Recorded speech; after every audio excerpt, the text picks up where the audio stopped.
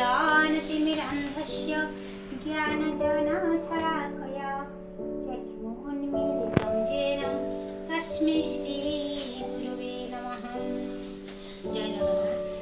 मोर अति आदर पिलाମାନେ तुमको आज ये पवित्र गुरु दिवस अवसर में बहुत शुभेच्छा शुभकामना एवं आशीर्वाद जनाऊँ। पिलाମାନେ आमर ये पवित्र पुण्यभूमि आर्यभूमि भारतवर्ष यही जो गुरु शिष्य परंपरा अति प्राचीन वो आदिम जुगरू आदिम कालू प्राचीन सभ्यता आमर ये गुरु शिष्य परंपरा रही। आमर श्रीकृष्ण गुरु थे सन्दीपनी मुनि, वशिष्ठ थे भगवान रामचंद्र गुरु, विवेकानंद गुरु थे श्री रामकृष्ण परमहंस। तेणु एमती आम गुरु शिष्य परंपरा सत्य त्रेता द्वापर कली चारि जुगे रही। तेणु आज जो गुरु दिवस पालन करुचे सीटा एवकार नुहे। तेणु गुरु शिष्य भितर जो संपर्क सी पितामाता परी अति निबिड़। कहीं पितामाता सीना तुमको जन्म देले किंतु पितामाता तुम प्रथम गुरु, किंतु तापर तुम्हें कौटी शिक्षा लाभ कर। से प्राचीन जुगे गुरुकुल आश्रम था। बर्तमान आम विद्यालय तुम्हें शिक्षक मान कौन सबू किसी विद्या तुम्हें हासिल कर, जीवन कला तुम्हें हासिल कर। तुम जीवन में जिते सब आह्वान आसूची, जिते सब समस्या आसूची तार समाधान किए बताती गुरु बा शिक्षक। तेणु गुरुंकर भूमिका सबु जुगरे गुरुत्वपूर्ण रही। तेणु यही कथा को उपलब्धि करी आमर प्रथम राष्ट्रपति एवं द्वितीय उपराष्ट्रपति श्री सर्वपल्ली राधाकृष्णन तांकर जन्म दिवस को कौन कले ना गुरु दिवस पालन करने 1962 मसीह गुरु दिवस पालन हो। तेणु गुरुंकर भूमिका गुरुंकर गुरुत्व समस्ते सबु काल सब जुगे उपलब्धि करते। तेणु कहुई गुरु को नमणि बनार गुरुटी साक्षात ईश्वर मुहिब साई गुरु देहि मोबिनु गुरु भिन्न नोहे। भगवान निजे कहते मुहली गुरु मुहली ब्रह्मा मुहली विष्णु मुहली महेश्वर। मो गुरु रूप में ब्रह्मा विष्णु महेश्वर रूप में प्रत्यमान हो। तेणु पुनश्च भगवान श्रीकृष्ण अर्जुन कहते गुरु न थाई सद ज्ञान काहू तू पाइबु अर्जुन। हे अर्जुन बिना गुरु तो सद्ज्ञान को पाइबु। तेणु गुरु तोर माध्यम गुरु को बिना मार्गदर्शन तू उचित मार्ग रे जाई परिबु नाही। तेणु हम कह गुरु ब्रह्मा गुरु विष्णु गुरुदेव महेश्वर गुरु साक्षात परम ब्रह्म तस्मै श्री गुरुवे नमः। तेणु कह जाए तुम मैंने मैंने सब ईश्वर को बोलुव है। गुरु हेले ब्रह्मा गुरु हेले विष्णु गुरु हेले महेश्वर। तेणु कबीर मत से कथा कहते गुरु गोविंद दो खड़े ताको लाख पायो बलिहारी गुरुदेव की गोविंद देव बताए। मैंने जदि गुरु गोविंद दी जन ठिया प्रथम क्या प्रणाम करी गुरु ही प्रणाम करी। कारण गुरु ही मते गोविंद को पाइबार मार्ग देखाई।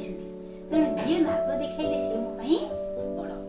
तेणु पिला माने गुरुंकर महिमा तुम्हें बहुत शुणी।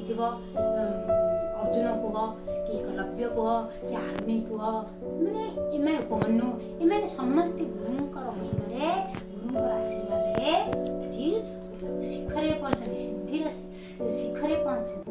तेणु आज एवं देखिए जो मैंने आम सर्वपल्ली राधाकृष्णन कह विवेकानंद कह कि जो मैंने बहुत उच्च उच्च पद रोकती से आशीर्वाद गुरुजन आशीर्वाद रही।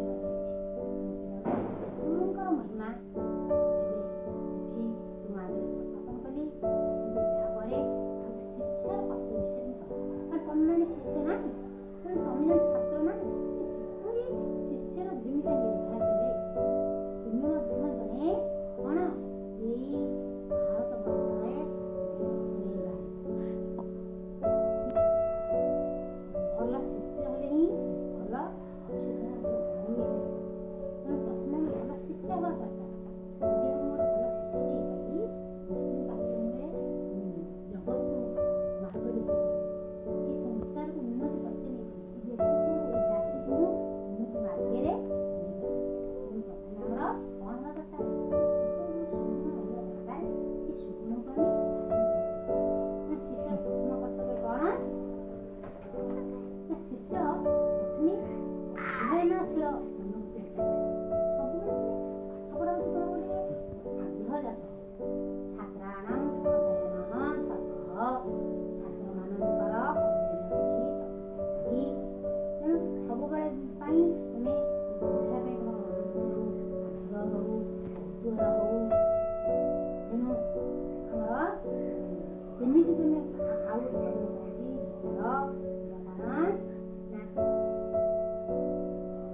तद्विद्धि प्रणिपातेन परिप्रश्नेन सेवया उपदिच्छन्ति ते ज्ञानं ज्ञानिनः तत्त्वदर्शिनः। କେମିତି ଆମେ ଶିକ୍ଷା ଲାଭ କରିବା, ଗୁରୁଙ୍କ ଠାରୁ ଆମେ କେମିତି ଜ୍ଞାନ ଲାଭ କରିବା, କେମିତି ସଜ୍ଞାନ ପ୍ରାପ୍ତ ହେବା? ନା ଆମର ନମ୍ରତା ବ୍ୟବହାର ଦ୍ୱାରା ଗୁରୁଙ୍କର ଚରଣ ତଳେ ବସି ଉପବେଶନ କରି ତାଙ୍କୁ ସେବା କରି ତାଙ୍କଠାରୁ ଆମେ ଜ୍ଞାନ ଲାଭ କରିପାରିବା। ହେଲା? ଆଉ କ'ଣ? ନମ୍ରତା ହେଉଛି ନମ୍ରତା ହେଉଛି ସବୁଠାରୁ ବଡ଼ ଗୁଣ। ଯିଏ ନମ୍ରତା ଦ୍ୱାରା ଆମେ ସମସ୍ତଙ୍କ ହୃଦୟଟାକୁ ଜୟ କରିପାରିବା। ତେଣୁ ଆଉ ଗୋଟେ ହେଉଛି, ଆଉ ଗୋଟେ କଥା କହୁଛି ତମ ମନ ପାଇଁ, ନା କ'ଣ? ନା ଆମର ଚାଣକ୍ୟ କହିଛନ୍ତି ଅଭିବାଦନଶୀଳସ୍ୟ ମୃତ୍ୟୁଂ ବୃଦ୍ଧ ଉପସେବ୍ୟ ଚତ୍ୱାରି ତସ୍ୟ ଲଭ୍ୟନ୍ତେ ଆୟୁ ବିଦ୍ୟା ଯଶୋ ବଳମ୍। ଯଦି ଆମେ ବୃଦ୍ଧ ଲୋକଙ୍କର, ଆମ ଘରେ ଗୁରୁଜନମାନେ ଅଛନ୍ତି, ବୃଦ୍ଧ ଲୋକମାନେ ଅଛନ୍ତି, ସେମାନଙ୍କର ଯଦି ଆମେ ସେବା କରିବା, ଚାରିଟା ଜିନିଷ ପ୍ରାପ୍ତ ହେବ। ସେ ଚାରିଟା ଜିନିଷ କ'ଣ? ନା ଆୟୁ ବିଦ୍ୟା ଯଶୋ ବଳମ୍। ହେଲା? ସେ ଖାଲି ବୃଦ୍ଧ ନୁହେଁ, କେବଳ ବୟସର ବୃଦ୍ଧ କଥା ମୁଁ କହୁନି, ସେମାନେ କ'ଣ ଖାଲି ଜ୍ଞାନରେ ମଧ୍ୟ ବୃଦ୍ଧ, ଅନୁଭୂତିରେ ବୃଦ୍ଧ। ଅନୁଭୂତି ସେମାନଙ୍କର ଅଧିକ ଅଛି, ଜ୍ଞାନ ଅଧିକ ଅଛି। ସେମାନଙ୍କଠାରୁ ମଧ୍ୟ ଆମେ ଜ୍ଞାନ ଲାଭ କରିପାରିବା, ତାଙ୍କୁ ସେବା କରିକି ବ୍ୟବହାର ଦ୍ୱାରା ତାଙ୍କୁ ଖୁସି ସନ୍ତୁଷ୍ଟ କରିକି ମଧ୍ୟ ସେ ଜ୍ଞାନକୁ ଆମେ ହାସଲ କରିପାରିବା। ଆୟୁ ବିଦ୍ୟା ଯଶ ବଳ, ଚାରିଟା ଜିନିଷ ପ୍ରାପ୍ତ ହେବ। ଏ ଚାରିଟା ଜିନିଷ ପ୍ରାପ୍ତ ହେଲେ ତୁମେ କ'ଣ କରିପାରିବ? ନା ଆମର ଅଛି ପଞ୍ଚଦଶ ବହି ଅଛି, ଦେଖି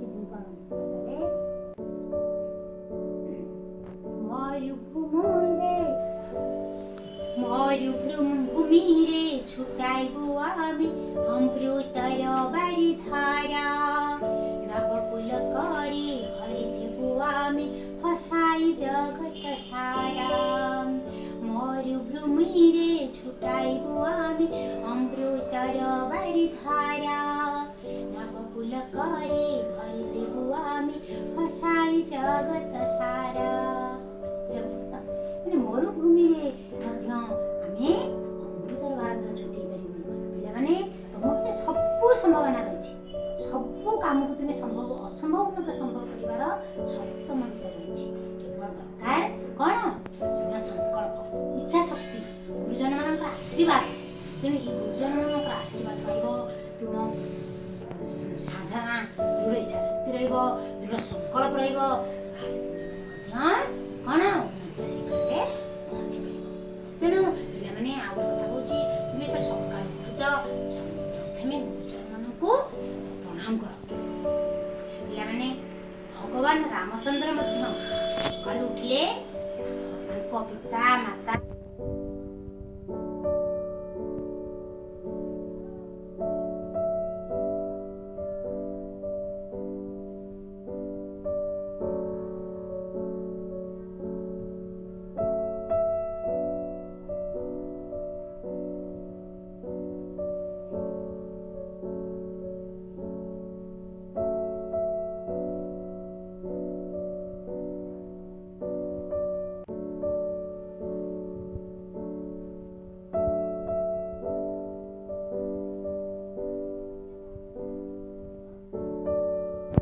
ଜୀବନରେ ପ୍ରତିଫଳିତ କରିପାରିବା, ତାହେଲେ କ'ଣ ହବ? ସେଇଟା ପ୍ରକୃତ ଯେପରି ଆଜି ଗୁରୁ ଦିବସ, ତୁମେ କେବଳ ଗୁରୁ ଦିବସରେ ଆସିବ, ତାଙ୍କୁ ସର୍ବପରି ରାଧାକୃଷ୍ଣ अर्पण करदेव एवं गुरुमा गुरुजनକୁ चॉकलेट दब कि मिठा टिके दब कि पेन दब ये यथेष्ट नुह जदि आम चिंता और चेतन केवल गुरु पूजार आम चिंता चेतनटा न जदि नीति आदर्श को आम जदि कौन कले अनुकरण कले आम आचरण प्रदर्शित कराइले से महापुरुष प्रकृत श्रद्धांजलि से प्रकृत आम भक्ति करुचे प्रकृत पूजा से जन आचरण को निज जीवन में लगे देखे पारे सेमती जदि आम आचरण देखा आम सेमती काम करवा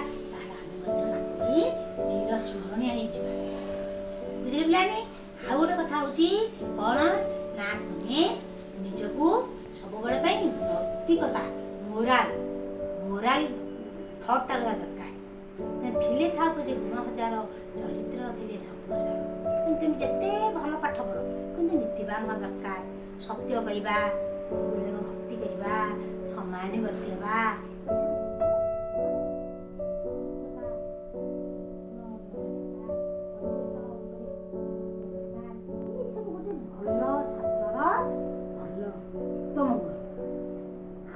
गोटे कथा कहूँ तुम पदे कौन ना तुम्हें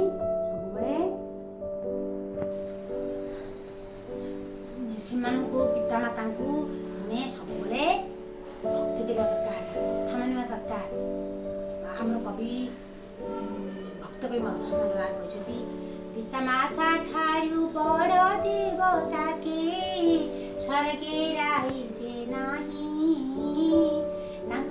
आशीष सहायता सीना विपद तारिबा पाई माने पिता माता ठारू बड़ देवता संसार रे नांदी तो सी आमको ये धरा पृष्ठ अवतरण कर जन्म दे पृथ्वी आलोक से दिखाई तेणु पिता माता सेवा करवा दरकार कथा माना दरकार केवे को माँ पुओ को कि झील को जन्म दे जन्म बेले भावे कि मो पिला चोर हो डकायत हो ना सब माँ के भावे मो पुओ कि भल मनीष हो देश जातिर ना रखू आ वंशर ना रखू तो सब माँ सब भावे मो पिला भल मनीष तो सब कुपुत्र जायते पश्चिदपि कुमाता न भवति शास्त्र कहूँ केवे कुमाता संसार ना सब भाई मो बो जहाँ कह मो बापा जहाँ कह मोर मंगल पाई तेणु मुझे कथा मानवि केवे हेज्ञान करनी सी गोटे कथा कहते अवज्ञा कर चलीजनी यहाँ के उत्तम छात्र छात्री लक्षण नुहे पे आउ गोटे कथा कुसंग ठार जिते पार्छ दूरे तेणु सत्संग ही तुमको तुम लक्ष्य पथरे उन्नति मार्गे नहीं पार तेणु साधु संगतरे संगी हेले लोक आपे साधु हो जाए हीन जने संगे मिलामिशा कले हीन बुद्धि सीना पाए तेणु साधु संगतरे संगी हेले लोक आपे साधु हो जाए हीन जन संगे मिलामिशा कले हीन बुद्धि सीना पाए आमर भक्त कवि कहते तेणु सब संग सत्संग उपरे समस्ते गुरुत्व देते जो मैंने गुरु जो तुम कौट खराब पिला संगे सांग हो कि खराब चलचित्र देखुव बापा माँ कि गुरु निश्चित भाव तुमको तागिद करुवे मना करुवे ना से जिन तू करना या सांग होना कि एमती खराब चलचित्र देखना निश्चित भाव में बारण कर द्वारा तुम पतन हो तेणु पे जिते समय पाच तुम्हें आम गीता पढ़ भागवत पढ़ पुराण पढ़ क्विज पढ़ जीके पढ़ तेणु एपरी न्यूज पेपर पत्र पढ़ भल भल जो कथा तुम जान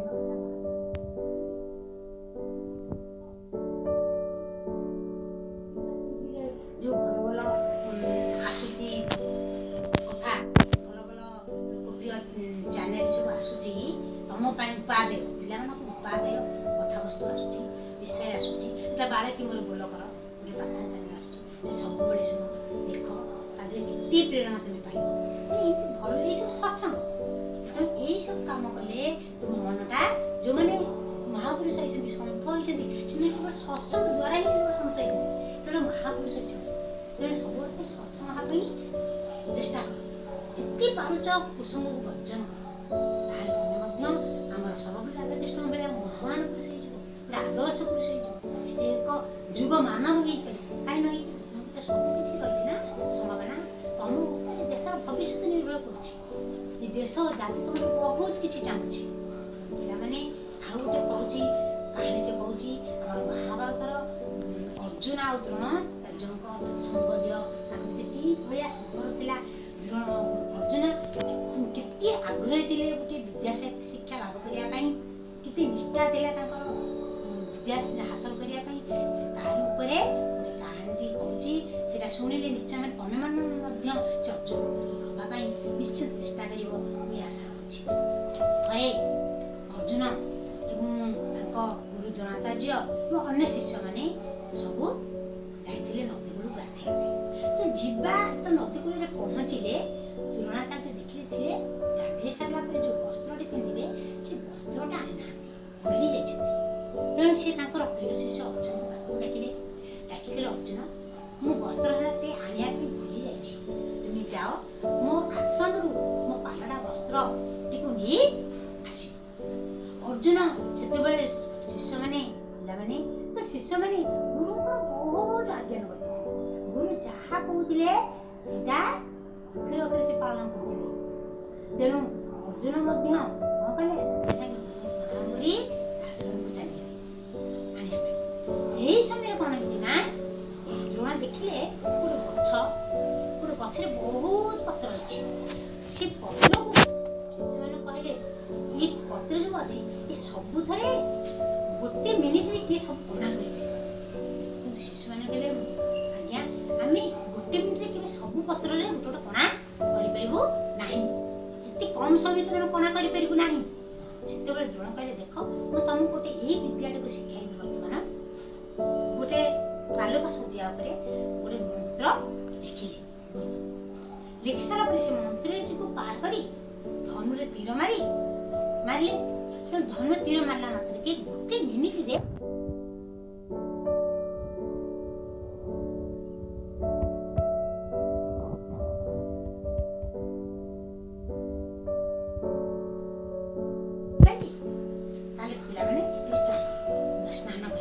ସ୍ନାନ କରିବା ପାଇଁ ଚାଲିଗଲେ ଦ୍ରୋଣାଚାର୍ଯ୍ୟ।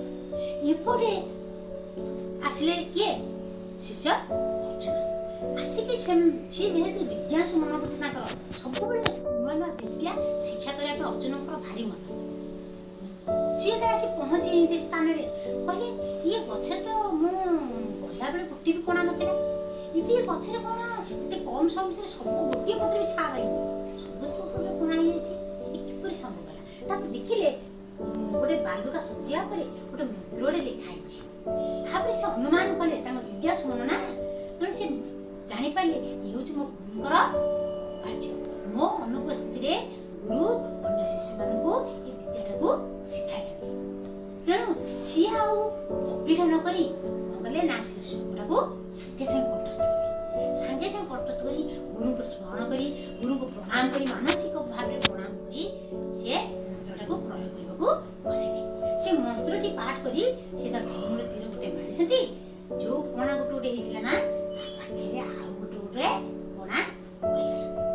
ଅର୍ଜୁନ ମାନେ ଭାରି ଖୁସି, ଯା ଆଜି ମୁଁ ଗୋଟେ ବହୁତ ଭଲ ଦିନ, ମୁଁ ଆଜି ଗୋଟେ ବିଦ୍ୟା ହାସଲ କଲି।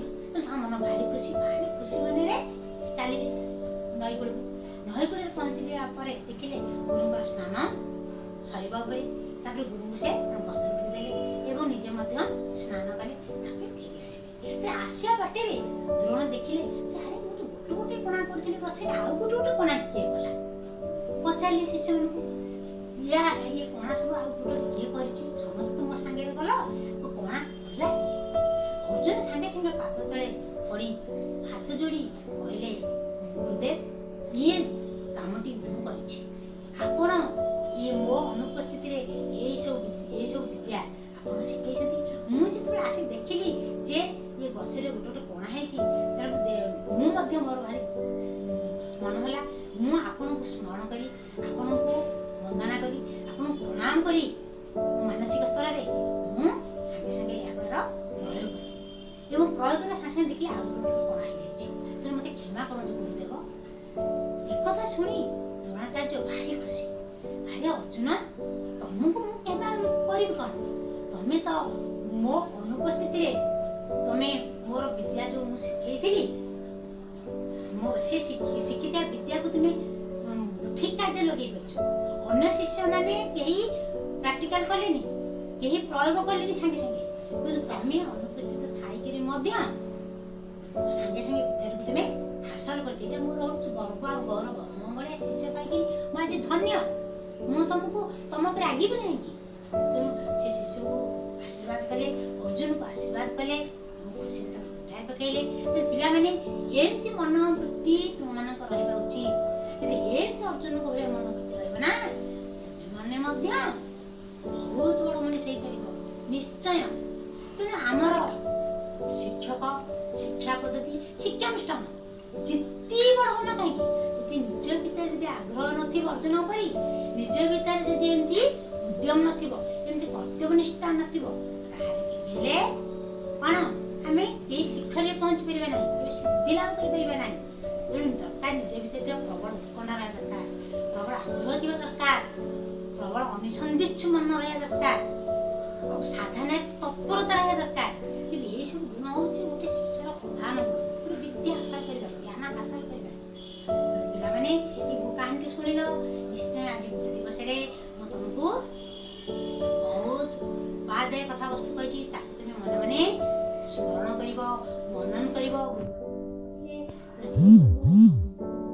कौन करिवो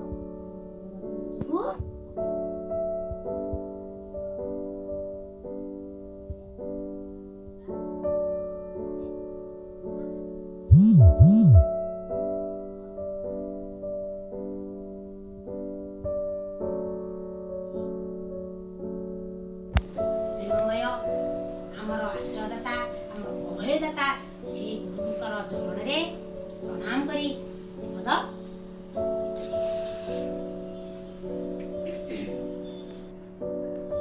भवसागर